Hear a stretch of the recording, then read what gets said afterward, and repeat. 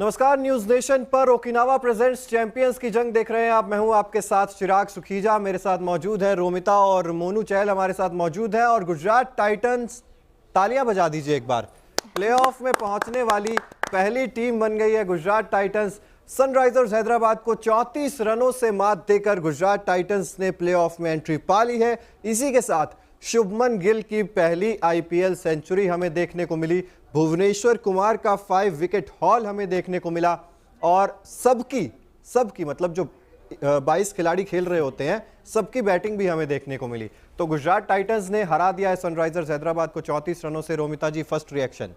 देखिए, मैं तो बहुत ज़्यादा खुश हूँ क्योंकि गुजरात मेरी फेवरेट टीम है और अब मुझे वो सपना भी थोड़ा थोड़ा साकार होता नजर आ रहा है जहाँ पर शायद हम गुजरात को फाइनल्स खेलते हुए देखें या आईपीएल का। अच्छा, धर्म संकट आ गया चेन्नई वर्सेस गुजरात, फिर क्या करेंगी आप? देखिए, मैं इसके बारे में अभी तो मैंने सोचा नहीं, बहुत ही ऑकवर्ड सा क्वेश्चन है मेरे लिए। लेकिन मैं नहीं चाहती कि ऐसा कोई कॉम्बिनेशन हो जिसमें मुझे सेलेक्ट करना पड़े। लेकिन आज जिस तरीके से गुजरात ने परफॉर्म किया है, दिल जीत लिया है मुझे लगता है। क्या कहते हैं मोनू आप? बिल्कुल दिल जीता है। और दिल किसने जीता है? आपके शुभमन गिल ने। वाह, क्या इनिंग खेले यार। गिल ने जीता दिल। गिल ने जीता दिल। और इस मैदान के साथ तो रोमिता जी उनका वैसे ही लगा हुआ है जी। उन्होंने अब तक 8 शतक बनाए हैं, जिसमें 3 शतक कहाँ आए हैं? इसी मैदान पर आए हैं। और 1 शतक तो उनका चूक गया था लखनऊ सुपर जायंट्स के खिलाफ, 94 बनाए थे। और ऐसे पहले बैट्समैन बन गए हैं 1 कैलेंडर ईयर में जिन्होंने तीनों फॉर्मेट में 100 बनाया है। एक बार तालियां होनी चाहिए। ऐसा बैट्समैन, इस बैट्समैन के पास टैलेंट भी है, इस बैट्समैन के क्लास भी इस बैट्समैन के पास। और जब ये खेलता है बैट्समैन, ऐसा लगता है यार, जब आज आया ना पहला भुवनेश्वर कुमार को जो शॉट मारा डाउन द ग्राउंड, वो full face of the bat, मुझे पता चल गया था आज तो गिल के रन आएंगे। वाह जी वाह, 101 रन 58 गेंदों का सामना करते हुए 1 छक्का मारा है आज। हाँ। 13 चौके मारे, मतलब रहम तो किया गेंदबाजों पे, लेकिन रहम किया नहीं है गेंदबाजों पे। क्या कहेंगी रोमिता जी इनकी पारी के बारे में? देखिए, मुझे लगता है कि धुआंधार पारी आज जो है शुभमन गिल ने खेली। और जिस तरीके से आपने यहाँ पे राइम भी बना दिया कि गिल ने जीता दिल, कुछ इसी तरह की पारी आज उनकी रही है। ये गिल है कि मानता नहीं, बिल्कुल शतक पे शतक लगाता है, कुछ ऐसा ही कहा जा सकता है। और देखिए, ये इंपॉर्टेंट हो जाता है उस वक्त जब आपकी टीम इतने इंपॉर्टेंट मैचेस खेल रही हो कि अब आप धीरे धीरे उस टूर्नामेंट के करीब पहुंचे, उस चैंपियन ट्रॉफी के करीब पहुंच रहे हैं जिसको शायद आप पाने का सपना देखकर इस आईपीएल में खेलने उतरे।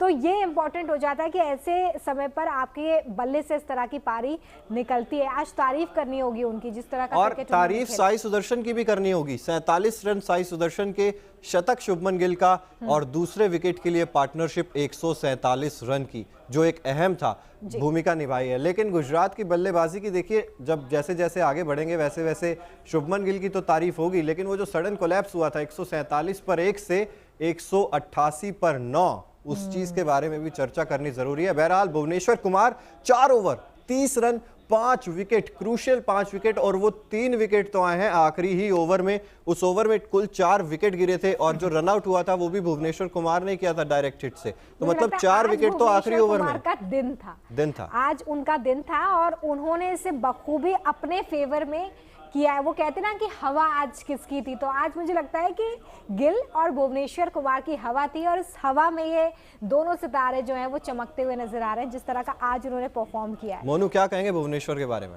देखिए, भुवनेश्वर कुमार के पास वो आर्ट, गेंद को थोड़ा आगे करते हैं और पावर प्ले में विकेट्स निकालते हैं, अच्छी बात ये है। बट भुवनेश्वर कुमार का दिन, जैसे आपने कहा, उन्होंने गेंद से तो 5 विकेट होल लिया ही, बैटिंग भी की आज उन्होंने, अच्छा साथ दिया। किसका? Heinrich Klaasen. इस टीम में मुझे बताऊं 2 पॉजिटिव दिखे हैं। एक तो आपका हेनरिच क्लासन, जो स्पिन को बहुत अच्छा खेलता है, क्योंकि उनके पास वो काबिलियत है कि बैकफुट पे अच्छे अच्छे पंच लगा सकता है। उन पर वही है ना, अकेला बंदा क्या कर सकता है बताओ।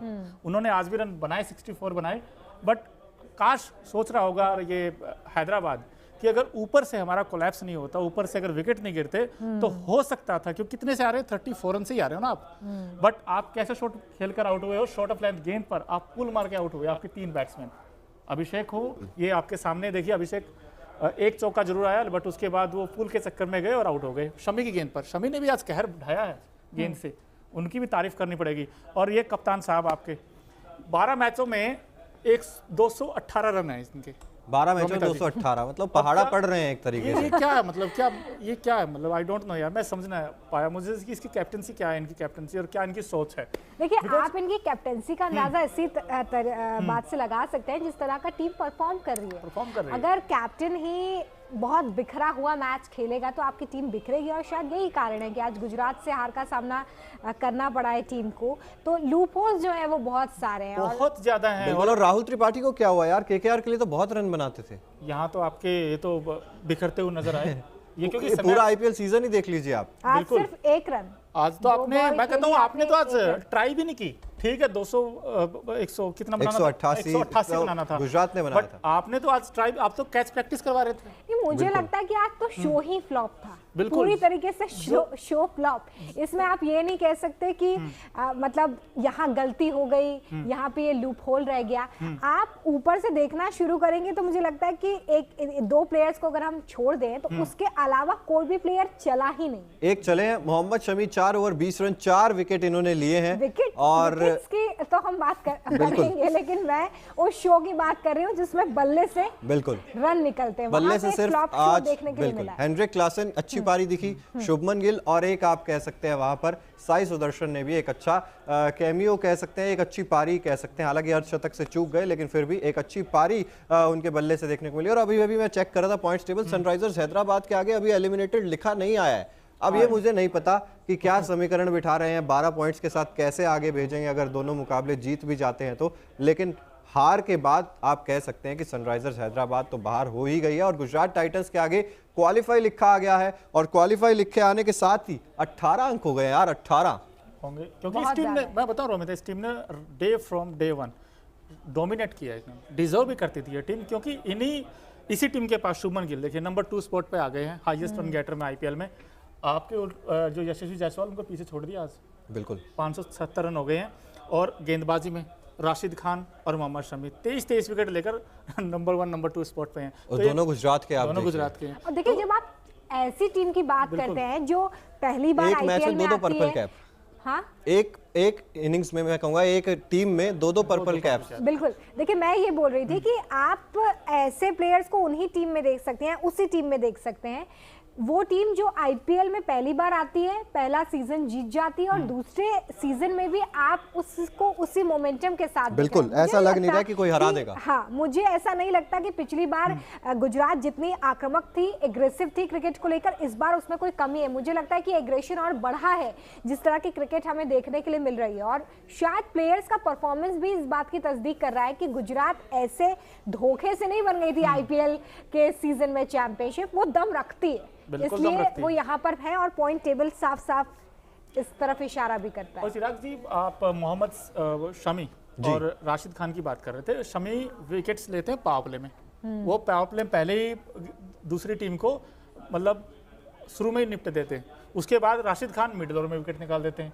तो दोनों का जो ये कॉम्बिनेशन है, ये बड़ा कमाल का है। बिल्कुल। और इसी वजह है कि आज नंबर 1 पर आ गई और पहली टीम बन गई, क्वालिफाई किया। आप आए रोमिता जी, लेकिन आज क्वालिफाई होगी टीम एक। बिल्कुल। और जैसे देखिए ओकिनावा का हर स्कूटर कॉस्ट इफेक्टिव है, आपका खर्चा बिल्कुल नहीं कराता, इफेक्टिवली आपको हर राइड प्रोवाइड कराता है। उसी तरीके से आज इफेक्टिव पारी किसने खेली है, Okinawa effective player of the match बताने की जरूरत शायद नहीं है, लेकिन फिर भी शुभमन गिल 58 गेंदे 101 रन 174.14 का स्ट्राइक रेट, 13 चौके 1 छक्का।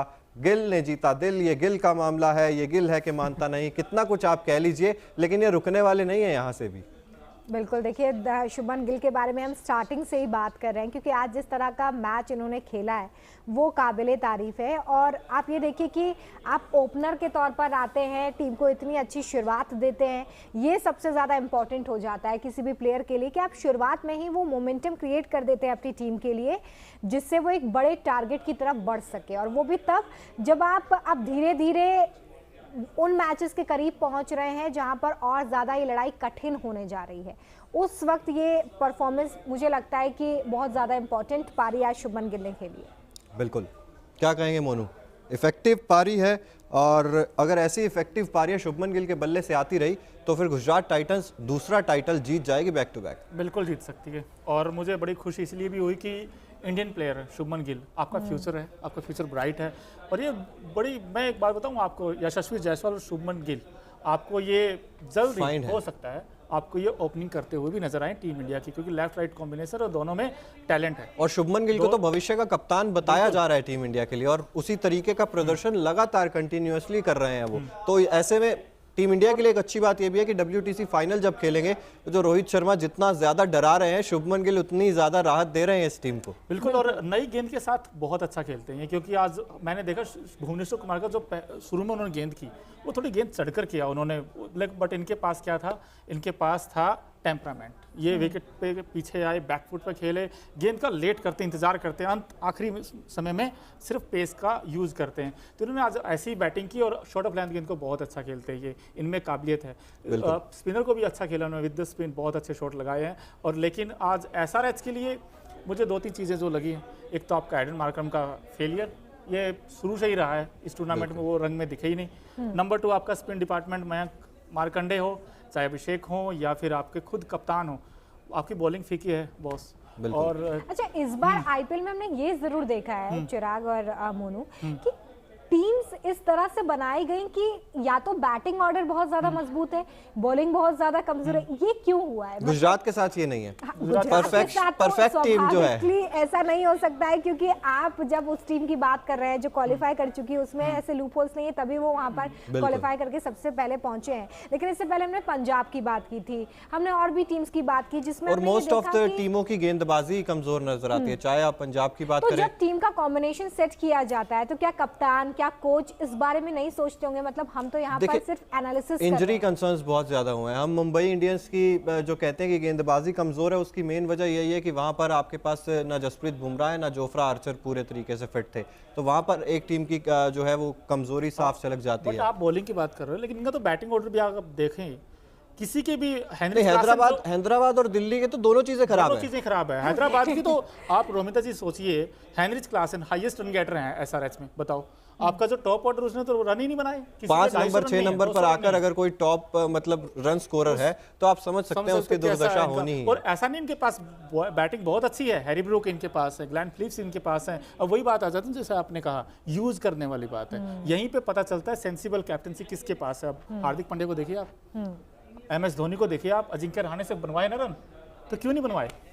सवाल तो उठता है यार। बिल्कुल, तो आपको मतलब चेंजेस हैदराबाद ने भी बहुत सारे किए हैं, लेकिन गलत टाइम पे गलत चेंजेस भी किए हैं। चलिए, तो फिलहाल जैसे ओकिनावा का हर स्कूटर आपको भीड़ में भी अलग दिखाता है, कलरफुल दिखाता है, उसी तरीके से आज Okinawa colourful moment of the match पर नजर डालें तो ये खूबसूरत जर्सी जो आपको दिखी लेवेंडर कलर की, हालांकि आपको डार्क ब्लू जर्सी दिखती है गुजरात टाइटंस की, लेकिन आज लेवेंडर कलर की जर्सी पहनकर आए कैंसर के प्रति देश को जागरूक करने के लिए, क्योंकि जितना ज्यादा तेजी से कैंसर देश में फैला था या फैल रहा है, उसके बाद भी अगर हम देखते हैं तो कैंसर के प्रति जागरूक करने के लिए एक पहल गुजरात टाइटंस की थी। लेवेंडर कलर की जर्सी पहनकर एक संदेश दिया। क्या कहना चाहेंगे इस खूबसूरत पहल के लिए जो गुजरात टाइटंस ने आज दिखाई?